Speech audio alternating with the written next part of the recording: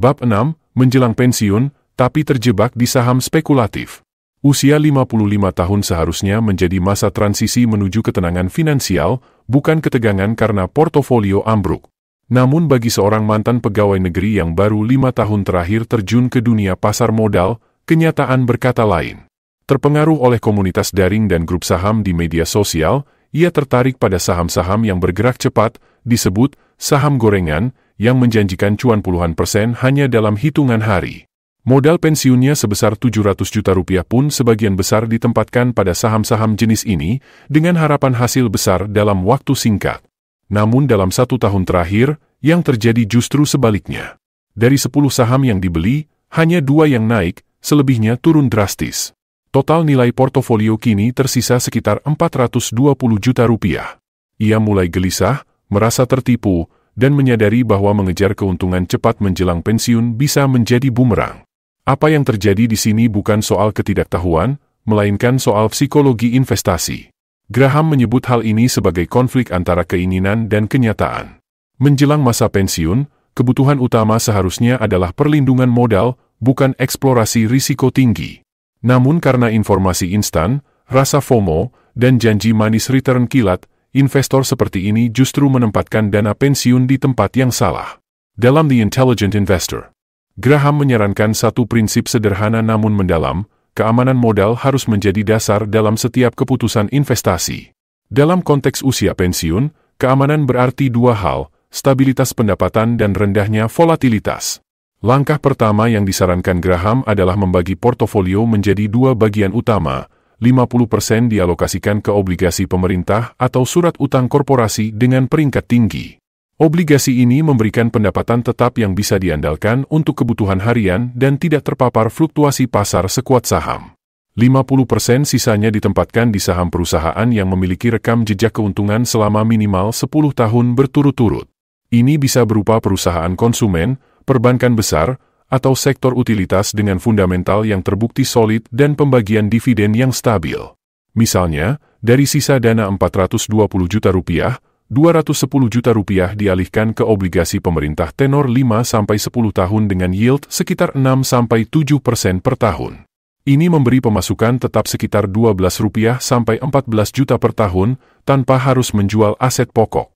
210 juta rupiah lagi digunakan untuk membeli 4-5 saham unggulan yang memiliki catatan laba bersih stabil, rasio utang rendah, dan pembagian dividen konsisten, misalnya perusahaan telekomunikasi, sektor makanan, minuman, dan bank buku 4. Namun tidak berhenti di alokasi, Graham juga menekankan pentingnya rebalancing, yaitu menyesuaikan kembali komposisi portofolio secara berkala untuk mempertahankan proporsi 50-50. Jika harga saham melonjak tajam dan menggeser porsi menjadi 60%, maka sebagian dijual untuk dibelikan obligasi. Ini bukan hanya soal angka, melainkan cara menjaga disiplin, menghindari keserakahan, dan memastikan portofolio tidak tergelincir ke ekstrim risiko tanpa sadar. Mengapa strategi ini relevan? Karena pada usia menjelang pensiun, waktu bukan lagi sekutu utama. Seseorang yang berusia 30 tahun masih bisa menunggu pasar pulih selama 10 tahun. Tapi bagi seseorang yang berusia 55 atau 60 tahun, kerugian besar berarti kehilangan daya beli di masa tua. Bahkan bila pasar pulih, psikologis dan kebutuhan likuiditas tidak selalu mampu menunggu. Oleh karena itu, strategi investasi defensif bukanlah kelemahan, tapi strategi bertahan hidup. Kembali ke studi kasus, mantan PNS ini mulai melakukan transisi portofolio. Ia menjual saham-saham spekulatif, meskipun pada posisi rugi, untuk menghindari potensi kerugian lebih dalam. Selanjutnya, ia mulai mempelajari laporan keuangan, memilih saham berdasarkan rasio price to earnings dan dividend yield, dan mengalokasikan dana ke instrumen yang bisa diandalkan.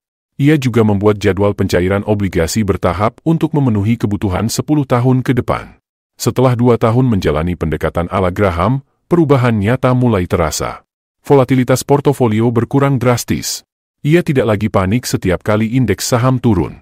Setiap triwulan, dividen dari saham dan kupon obligasi masuk ke rekening secara stabil, menciptakan penghasilan pasif yang dapat digunakan untuk kebutuhan sehari-hari.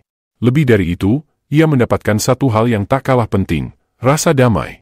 Ia menyadari bahwa pasar saham bukan tempat untuk mempercepat kaya, melainkan alat untuk menjaga nilai dan daya beli kekayaan. Ia berhenti mengejar cuan cepat dan mulai mengejar keberlanjutan. Refleksi akhir dari kisah ini menggambarkan esensi sejati ajaran Benjamin Graham, bahwa investasi bukanlah seni menebak masa depan, melainkan disiplin menjaga logika di tengah godaan emosional. Bahwa bagi seorang investor menjelang pensiun, menjaga uang lebih penting daripada mengejar mimpi besar yang rapuh. Dan bahwa dalam dunia investasi, ketenangan pikiran yang datang dari strategi bijak dan terukur adalah imbal hasil terbaik yang bisa diperoleh. Karena sebagaimana Graham sampaikan, the essence of investment management is the management of risks, not the management of returns.